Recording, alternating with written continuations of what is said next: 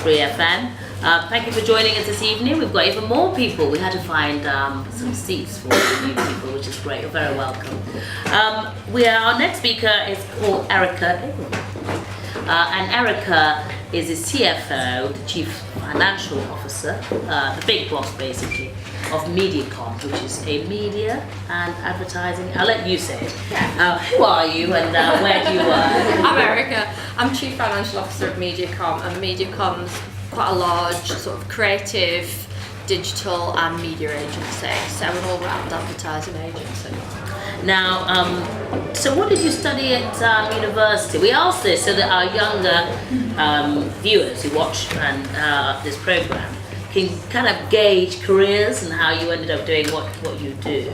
Yeah. So what did you study? Did you go to university first? Yeah, I went to university in Reading, and my career's been really random, and I studied French, so nothing to do with numbers or advertising actually. And I studied French because I like languages and I like travelling, and I had visions of sort of just bumming around the world for the rest of my life. And then it came to finals, and I went to the careers officer, and she said, "What do you want to do? Do you want to teach? You know, you could teach in a senior school." And I thought, "Oh my God, that'd be really hard. I really don't fancy that." And I said, "Well, what else can I do?" And she said, "Well, I don't know really." And I said, "Well, like, I want to travel the world and speak loads of languages." And she said, "Well, have you thought of accountancy?" And I thought, well, I can't really see the logical connection. And she said, "Oh, well, if you do this accountancy qualification, it's recognised all over the world, so you can go and live there and work there." And I went, "Yeah, okay, I'll do that." And she went, "What, you like at numbers?" And I said, "I don't know, I'm all right." And so that's how that happened. And Wow. so that was how I got into the auspicious world of accountancy from French, really, completely by accident and totally driven by the fact that I just wanted to bum around the world. Well, that's quite a good incentive, if ever there was. But she was actually right, because I worked in quite a few countries because of my accountancy qualification, so it wasn't bad advice actually. No. It worked quite well, yeah. On the show, we sometimes ask about failure. You're quite successful, if I may say so. Yeah. You're a mum of two. What do you think about failure? And should, particularly younger people, be afraid of it or just kind of learn from it? I think, I kind of believe that nothing's ever a mistake, because you've either learned from it or it's worked out. And I think one of my favourite phrases, Einstein said, "Only an idiot does the same thing twice, looking for a different outcome, on the second time." Yeah. But I think, to fail a few times, you learn stuff, and it's perhaps the most starkest lesson is when you've really messed something up. You learn a lot more than when you've got it right, I think. Yeah. And there's been various points throughout my career where I've made bad decisions, but it's kind of led me onto a different path, which has made things work out even better in the end, although at that time it doesn't always look like that. Yeah. So I think the most important thing in organisations is, historically there was a real culture of, if you failed, you got a good telling off. Yeah. And I think that's really bad. I think people all over, wherever they work, need to be able to mess up, because it's human nature at the end of the day not to be perfect all the time.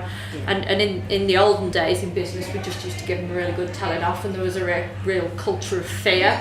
And it's really important to me in my organisation that people are allowed to mess up, and when I mess up, I'll sort of put my hand up and go, I think I've actually made a bad call there. The front goes, yeah. So just going back to where you work now. Yeah. Mediacom affects our buying decision making more than we think. You're an advertising company. Yeah. It is huge. It is enormous. And really, what I wanted to ask you really is about what you think about the future of advertising, where we're going, and we all think that I've got a new jacket from Marks and Spencer's. Was that really my choice, or was it that I saw an expensive version in Vogue and then went to M&S? Is it really our decision, or do you think that actually the media and advertising agencies are really quite powerful, which you are? I mean, it's interesting. Obviously, advertising works, so it must be powerful to a certain extent. But then when you look at young kids these days and you look at the way they're into things, it's very much such a strong influence from their peers. And advertising is really interesting in the way that it's going, social media and the power of social media, and sort of key people on social media and influencers. And so it's kind of not as clear cut as it was before. And just like we're influenced by what our friends are doing, and you know, whether they're going for a run or whether they're going to sink a few glasses of wine. Oh, I did bring a fan. Yeah, that's how it all works at the end of the day. Yeah. But I think what's quite interesting in the advertising agency at the moment, particularly in my business, is we're looking at getting representative of the population in the business. So you know, sort of creating plans and campaigns for clients that aren't just made by a certain type of people, aimed at a certain type of people. You know, we need staff that represent the whole kind of the range of differences that we've got in society, and I think that's really important. There's a big push for that. Yeah, and so ordinary people, Yeah. whose views can count as well, not Yeah. just No, it's really interesting. And traditionally, you know, a lot of advertising was done by men, but then a lot of purchasing power sat with women. And that's quite an interesting difference, and I think, you know, the advertising industry's really, you know, recognise that and is working towards that. Yeah, but slowly. Yeah. I don't think it's resolved, is it? Working towards it. Yeah. I wanted to ask you a couple of things really about you and your inspiration. You know, as I said already, Mediacom is an enormous company here in Manchester. But who inspired you into your career aspirations and sort of life choices? Do you have any one person, or have you had several? In terms of where I've worked, to be honest, I've always worked for guys of a certain age. Until recently, yeah. And so there wasn't really, you know, in kind of quite traditional relationships with the wife at home taking care of the kids. And as a single mum, there wasn't many things that I could particularly relate to. I mean, now our chairwoman is and now our UK country manager is Karen Blackett, so that's someone brilliant. That I can relate to a lot more, if you know what I mean. Yeah. And so, did I get any inspiration from people at work? Not majorly, I have to say. I mean, my mum was really passionate about education. I was the first person in my family to go to university. My mum really pushed that. And she actually went to university as a mature student in like her 50s. Like she went back to Liverpool University. I think she was the oldest person in the university and did a course. It was like going down the student union with like, you know, sort of 19-year-olds. It was quite bizarre. But and my dad always worked. He worked for a trade union, he worked in the bank originally, and then he was one of the first people in the 70s on like the government working party for racial equality, and so he always had a really strong belief in fairness that I kind of thought was normal as I grew up, and then as I got older I realised that he was kind of at the forefront of a lot of stuff, and I remember him needing to go down to London. I'm from Liverpool as well, and you know, if someone went to London when I was young, they were really important. Like the aunties would go, he's going down to London, he's got a meeting in London, you know. And you know, it was really sort of bragging rights. And I remember my dad having this important meeting on equality that he was really passionate about, but he didn't have the money to get there. I remember him pawning his grandfather's watch to get the money to go on the train to go to this meeting, because it was something he was really passionate about. Wow. And I remember they never paid him in time, so he never got the watch back. And I remember that very clearly.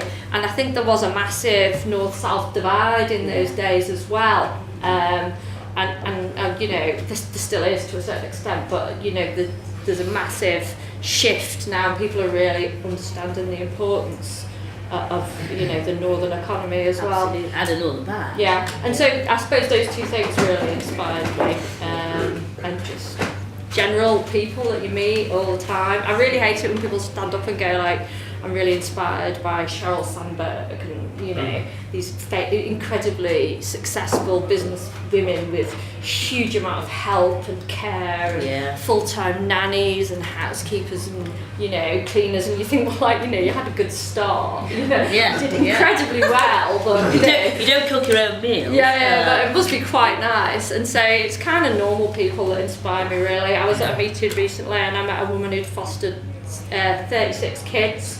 Wow. And you know, she was amazing, and she sticks in my head much more than kind of celebrity business women, if you like. Yeah.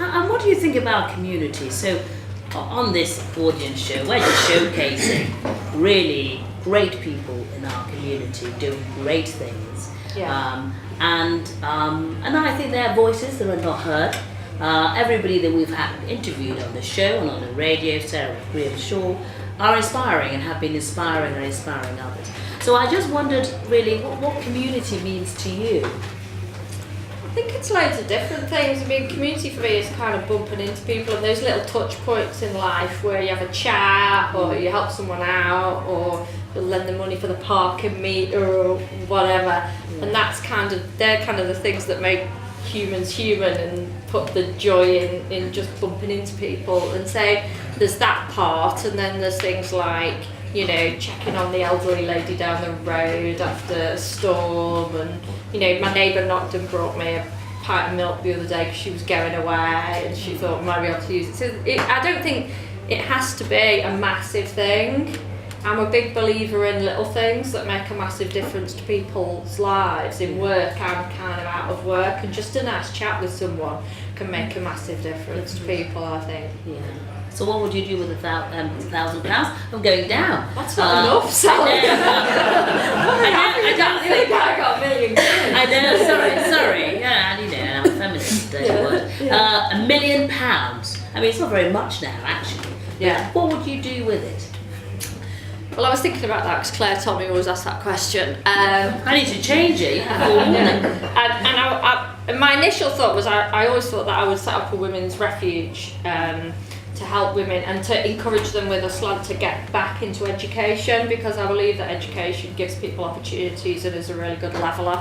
I don't think, sadly, £1 million would be enough. So possibly something around, you know, I'm dyslexic and my daughter's quite dyslexic, and in work we're running like a neurodiversity programme. There's a point to ask about whether you do anything with schools, perhaps to kind of inspire youngsters, perhaps, you know, year 6s or 5s who are coming before into secondary school and beyond. We go into schools and we do talks to them about advertising, because a lot of people, you know, I think a lot of businesses, people will go into jobs because their dad was a doctor or an accountant or their mum, but in some communities they haven't got those people and they don't even know anything about those professions. And so we do a lot of talks in schools. We get schools into the workplace. We did a really nice kind of fake pitch for New Balance, which they all liked because they had to do an advertising campaign for New Balance. It was kind of trendy and fun, and the feedback was great. So,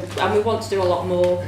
We want to do a lot more with the local communities as well to show them what they could do. So I think I can point you in somewhere. Yeah, that'd be really good. But I think on the awards thing, it's really interesting because I went to my daughter's prize giving at the end of junior school the other week, and she's never won any awards. She's pretty smart, she's very dyslexic.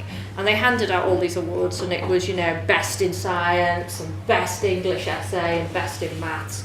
And there was no award for like nicest girl, you know, nothing like that. And they just weren't encouraging those type of things. And I thought that was a real shame, actually. And I was thinking, won a few awards recently, but that was my all the way through school. You never won anything. And so I think anything that we could do to change that would be really nice. Yeah, this is fantastic. I want to ask you a personal question, if I may. You already, don't get nervous, mentioned it before, but you know, you've got 2 children, you're a single mum, and I really wanted to ask you about, because I know now you're in a relationship, going back out to sort of dating. Yeah. I mean, you know, the worst question here. I'm just thinking, you know, you haven't got the time or the inclination probably to be going to pubs, hoping to meet people in the traditional sense that I suppose we were brought up with. Yeah. You know, whether it's bars or restaurants or whatever else. So I just wanted to know really how it felt to go back to that sort of weird place, if I may, and how you dealt with it. Well, like I went online dating, and everybody kind of pulls a face, and no one likes to admit that they've done online dating, but it's really, really common, and it's quite a nice way to meet people. I mean, initially, I kind of like fixing things and growing things. That's kind of my job. And I kept meeting people and making friends and convincing them that they still loved their wife and they should go back to the And it was sort of going, well, I had a nice night. I ended up counselling this guy. And we did get a few relationships back together, so I am in the wrong job. But you know, I quite enjoyed it because you got to meet loads of. I find people really interesting and different types of people, and you got to meet loads of different types of people. So, you know, I think if you go out just looking to meet people and have a nice drink and a chat, then it's quite an interesting thing to do. And then you hope, you know, that you'll meet someone that you really click with. But even if you don't, you still have quite a nice night. Yeah. And I've got some marriages together, and you know. Amazing. Thank you for sharing that. No problem. So I'm going to ask you, there's a new question, which Claire won't know. I know that your partner is a lung surgeon. He's a lung doctor. Yeah. So we ask people to recommend somebody to come on the show. Yeah. Do you think you can recommend? Cole's been recommended. Him to come on. Yeah. Could we have a round of applause, please, Ryan?